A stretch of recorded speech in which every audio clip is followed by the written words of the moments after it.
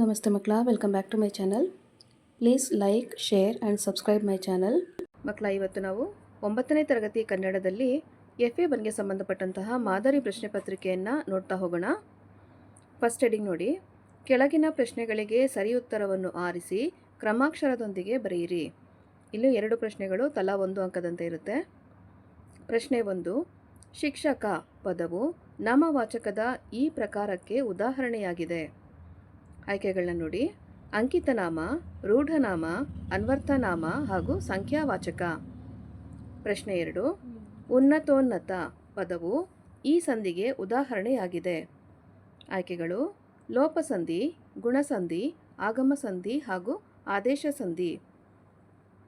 Next heading ನೋಡಿ, ಮೊದಲೆರಡು ಪದಗಳಿಗಿರುವ ಸಂಬಂಧದಂತೆ ಮೂರನೇ ಪದಕ್ಕೆ ಸರಿ ಹೊಂದುವ ಸಂಬಂಧಿ ಪದವನ್ನು ಬರೆಯಿರಿ. ಇಲ್ಲಿ ಒಂದೇ ಪ್ರಶ್ನೆ ಇರುತ್ತೆ ಮಕ್ಕಳ, 1 ಅಂಕದಂತೆ. ಪ್ರಶ್ನೆ 3, ಲೋಕ ಲೋಕ ದ್ವಿರುಕ್ತಿ, ಮೇಲು ಕೀಳು ಡ್ಯಾಶ್ ಅಂತ ಇದೆ, ಅದು ಯಾವುದು ಅಂತ ನೀವು ಬರೀಬೇಕು. ನೆಕ್ಸ್ಟ್ ಹೆಡಿಂಗ್ ನೋಡಿ, ಕೊಟ್ಟಿರುವ ಪ್ರತಿ ಪ್ರಶ್ನೆಗೂ ಒಂದೊಂದು ವಾಕ್ಯದಲ್ಲಿ ಉತ್ತರಿಸಿ. ಇಲ್ಲಿ 3 ಪ್ರಶ್ನೆ ಇರುತ್ತೆ, ತಲಾ 1 ಅಂಕದಂತೆ. ಪ್ರಶ್ನೆ 4, ಜಯಪುರದ ಜನರಿಗೆ ಯಾವ ಯಾವ ಬಣ್ಣಗಳು ಇಷ್ಟ. ಪ್ರಶ್ನೆ 5, ಕಯ್ಯಾರ ಕಿಞ್ಞಣ್ಣ ಅವರ ಆತ್ಮಕಥನದ ಹೆಸರೇನು. ಪ್ರಶ್ನೆ 6, ಪುಟ್ಟಹಕ್ಕಿ ಗೂಡನ್ನು ಹೇಗೆ ಕಟ್ಟುತ್ತದೆ. ನೆಕ್ಸ್ಟ್ ಹೆಡಿಂಗ್ ನೋಡಿ, ಕೊಟ್ಟಿರುವ ಪ್ರತಿ ಪ್ರಶ್ನೆಗೂ 3 ಅಥವಾ 4 ವಾಕ್ಯಗಳಲ್ಲಿ ಉತ್ತರಿಸಿರಿ. ಇಲ್ಲಿ 2 ಪ್ರಶ್ನೆ ಇರುತ್ತೆ, ತಲಾ 2 ಅಂಕ ಸಿಗುತ್ತೆ.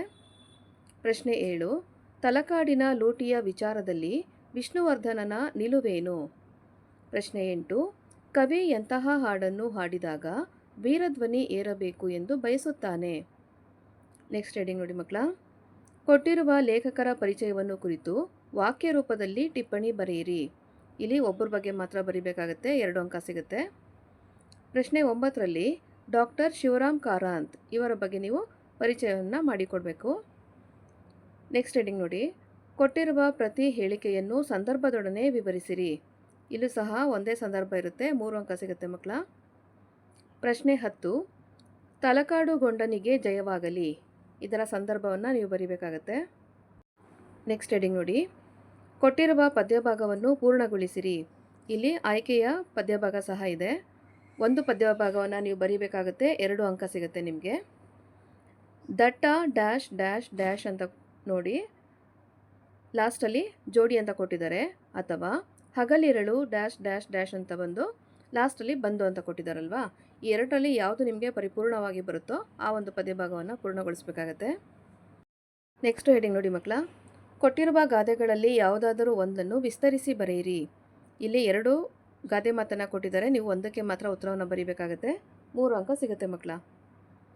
ಮೊದಲನೇದಾಗಿ ತುಂಬಿದ ಕೊಡ ತುಳುಕುವುದಿಲ್ಲ. ಎರಡನೇದಾಗಿ ಬೆಳ್ಳಗಿರುವುದೆಲ್ಲ ಹಾಲಲ್ಲ. ಮಕ್ಕಳ, ಇಲ್ಲಿಗೆ 9ನೇ ತರಗತಿಯ ಕನ್ನಡದಲ್ಲಿ FA1ಗೆ ಸಂಬಂಧಪಟ್ಟಂತಹ ಮಾದರಿ ಪ್ರಶ್ನೆ ಪತ್ರಿಕೆ ಮುಕ್ತಾಯಗೊಂಡಿದೆ.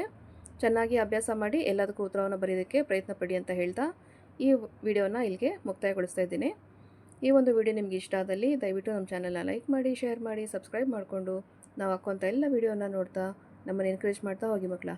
Thank you for watching. Bye bye.